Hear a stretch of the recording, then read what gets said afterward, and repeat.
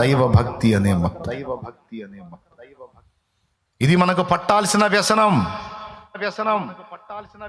వాస్తవంగా దేనికి వ్యసనానికి గురి అవ్వద్దని చెప్తాం కదా, కానీ దేవుడికి మాత్రం వ్యసన పరులంగా అయిపోవాలి మనం. అయితేనే సమాజం బాగుంటుంది. దేవుణ్ణి ఒక్కడిని మనం స్వీకరించకుండా ఇక మిగిలిన దేనికి వ్యసనానికి బానిసైన నాశనమే. కానీ దేవునికి బానిసలం అయ్యామంటే, దేవుడు అనేది మనకు వ్యసనంగా మారిందంటే నాశనం అయిపోతున్న బ్రతుకులను కాపాడగలం. కాబట్టి దానియేలు నేర్పుతున్న మొదటి పాఠం ఏంటంటే, దేవుని మత్తుడు ఆయన ఎప్పుడు.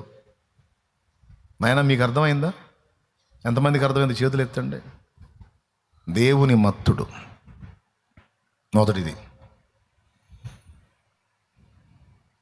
రెండవది భక్తి అన్నాను నేను. ఆయన ఏమన్నాడంటే, మొదటిది వ్యసనం అన్నాను కదా, రెండోది అక్కడ ఏం రాస్తాడంటే, దానియేలు తన దేవుని యందు భక్తి గలవాడైనందున అతనికి ఏ హానియూ కలగలేదన్నాడు. దేవునికి స్తోత్రం. దేవుడంటే వ్యసనం, దేవుడంటే పిచ్చి, దేవుని మత్తోడు.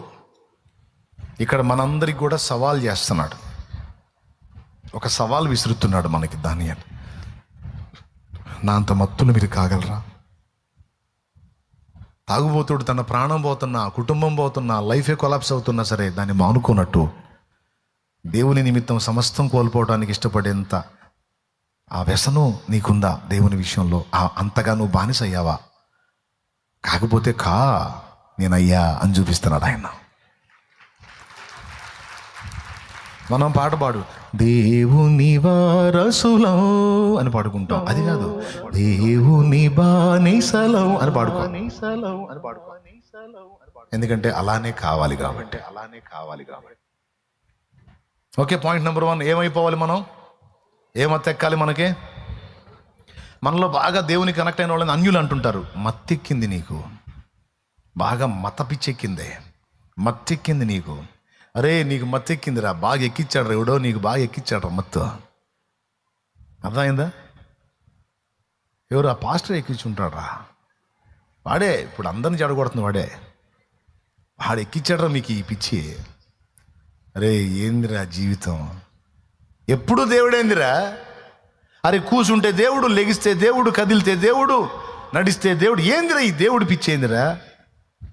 మరి దారుణం అయిపోయినారా, మత్తు అయిపోయిందిరా మీకు అనిపించుకున్నావా? సూపరం. దేవునికి స్తోత్రం కలుగునుగాక. హల్లెలూయా, హల్లెలూయా. ఎందుకంటే అది ఎక్కాల్సిన మత్తు. అప్పుడు నువ్వు చెప్పొచ్చు, వాడు వినేవాడైతే, నాకు తాగుడు మత్తు ఎక్కలా, నాకు తాగుడు వ్యసనం లేదు, వ్యభిచార వ్యసనం లేదు, డబ్బు వ్యసనం లేదు, పక్కనోడు బాగుపడుతుంటే వ్యసనపడే ఆ వ్యసనం లేదు, జారత్వపు వ్యసనం లేదు, గంజాయి వ్యసనం లేదు, డ్రగ్స్ వ్యసనం లేదు, నాశనం చేసే ఏ వ్యసనం లేదురా. నా వ్యసనం దేవుడే. మరి దేవుని ఎడలగాక మరి ఏ వ్యసనానికి బానిస అవ్వాలరా నేను? అందుకోసమే కదరా నన్ను చేసింది, నిన్ను చేసింది దరిద్రుడా. మరి లేకపోతే ఎందుకు పుట్టావరా నువ్వు? నేను ఎవరి కోసం పుట్టావరా? నీ కోసం నువ్వు పుట్టావా? నా కోసం నేను పుట్టానా? అందరినీ కలిపి నిర్మించింది ఆయన. ఎందుకోసం అంటే తన కోసం.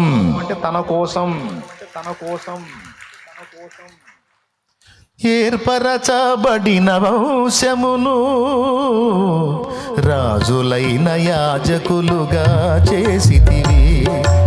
ఏర్పరచబడిన వంశమును రాజులైన యాజకులుగా చేసితివి.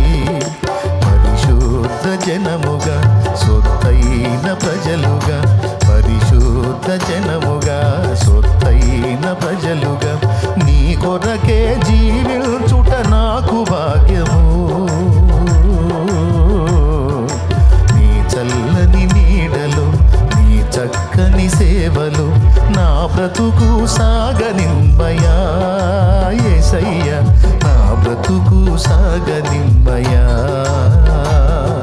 నా బ్రతుకు సాగనింబయా. యేసయ్యా నా బ్రతుకు సాగనింబయా. నీ చల్లని నీడలు, నీ చక్కని సేవలో దేవునికి మహిమ కలుగును. ఓకేనా? చెప్పండి, మనకి ఏ వ్యసనాలు ఉన్నాయి? మిగిలిన చెత్త వ్యసనాలన్నీ వదిలేసి ఏ వ్యసనం పట్టాలి మనకి? ఏ మత్తు ఎక్కాలి మనకి? దేవుని మత్తు. ఆ మత్తు మనకి ఎక్కాలి.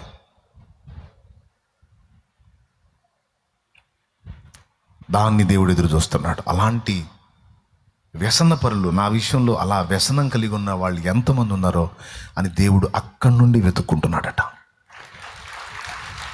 53వ కీర్తన 14వ కీర్తన. వివేకము కలిగి దేవుని వెతకువారు కలరేమో అని ఆయన ఆకాశము నుండి నరులను పరిశీలించెను. 2 చోట్ల ఉంది.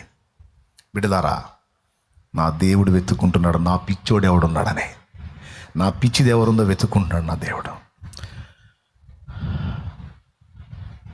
అయిపోయింది మొదటిది. రెండవది భక్తి అన్నాను. తన దేవుని ఎడల దానియేలు భక్తి గలవాడైనందున అతనికి ఏ హానియు కలుగలేదు. భక్తి సాధన అనేది ఇహలోకానికి పరలోకానికి కూడా 2 కాలాలకు 2 స్థలములకు సరిపోయినది అని తిమోతికి రాసిన మొదటి పత్రిక 4:7లో ఎన్నోసార్లు చెప్పా. శరీర సంబంధమైన సాధకము కొంచెము మట్టుకే ప్రయోజనకరమగును కానీ దైవభక్తి ఇప్పటి జీవం విషయంలోనూ రాబో జీవం విషయంలోనూ వాగ్దానంతో కూడినదైనందున అది అన్ని విషయములలో ప్రయోజనకరమవును. ఈ భక్తి సాధన వలన 2 ప్రయోజనాలు ఉన్నాయి. ఒకటి, భూమి మీద హాని తప్పించుకోవచ్చు. రేపు మరణానంతరం జడ్జిమెంటు, నరక శిక్ష, ఆ హాని కూడా తప్పించుకోవచ్చు భక్తి సాధన వలన. ఎంత కీలకమో భక్తి సాధన తెలుసా? అక్కడ మనకి ఆ వర్డ్స్ ఎంత స్పష్టంగా మెన్షన్ చేశాడంటే, తన దేవుని ఎడల దానియేలు భక్తి గలవాడైనందున. భక్తి అంటే ఏంది? భక్తి అంటే ఏంది? ప్రార్థన చేయటం, ఆరాధన చేయటం, బైబిల్ చదవటం, పరిశుద్ధంగా జీవించటం, అన్నీ క్రమంగా ఉండటం భక్తి అనుకుంటాం. నేను భక్తికి ఒక నిర్వచనం చెప్తాను.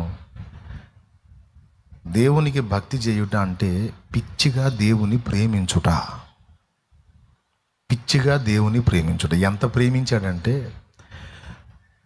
ఒక దినం నీతో గడపటం మానుకునే పరిస్థితి నాకు వస్తే దానికంటే నాకు చచ్చిందే మేలు. చచ్చిపోవటమే హాయి నాకు.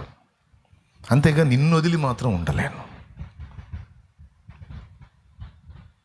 నీ నామాన్ని క్షణమైన నీ నామం మరువకుంటిని, మరణమైన మధురముగా ఎంచుకుంటిని. క్షణమైన నీ నామం మరువకుంటిని, మరణమైన మధురముగా ఎంచుకుంటిని. తండ్రి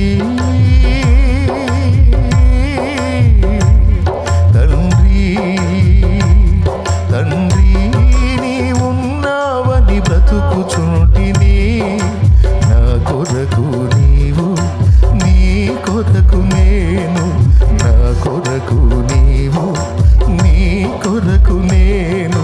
నీవుగాక ఎవ్వరు నాకు లేదయ్యా, నీవుగాక ఎవ్వరు నాకు లేదయ్యా. నీవే నీవే నా ప్రాణము, నీవే నీవే నా సర్వము. నా ప్రాణ ప్రియుడా నా యేసయ్యా, నన్ను కన్న తండ్రి నా యేసయ్యా. పిచ్చి పిచ్చి ప్రేమ. ఇక ఆయన ఏం చేశాడో పట్టించుకోడు, ఏం చేయలేదో పట్టించుకోడు. ఆయన పలకరించాడో పట్టించుకోడు, పలకరించలేదో పట్టించుకోడు. కష్టాల్లోనే నలుపుతున్నాడో పట్టించుకోడు, సుఖాలు ఇచ్చాడో పట్టించుకోడు. ఏం పట్టదు. ఆయనతో ఉండాలి, ఆయన కావాలి. ఆయన ఆయన ఆయన నోరు తెరిస్తే ఆయన, నోరు మూస్తే ఆయన, కన్ను తెరిస్తే ఆయన, కన్ను మూస్తే ఆయన. పిచ్చి ప్రేమ. భక్తి దేవుణ్ణి హార్ట్ఫుల్గా లవ్ చేయటం. అప్పుడే సరైన భక్తి మన నుండి వచ్చింది. ఈ ప్రేమ ఎంత ఎఫెక్టివ్ అంటే, పాపం దానియేలు జాబులో ఉన్నాడు కనుక తప్పనిసరి పరిస్థితుల్లో డైలీ 3 టైం మాత్రమే గడపగలిగాడు. ఒకవేళ ఈ జాబ్ బాధ్యత దానియేలుకి కానీ లేకపోతే ఎనీ టైం దేవుడితోనే ఉండేవాడు. Any time. Praise the Lord. Hallelujah.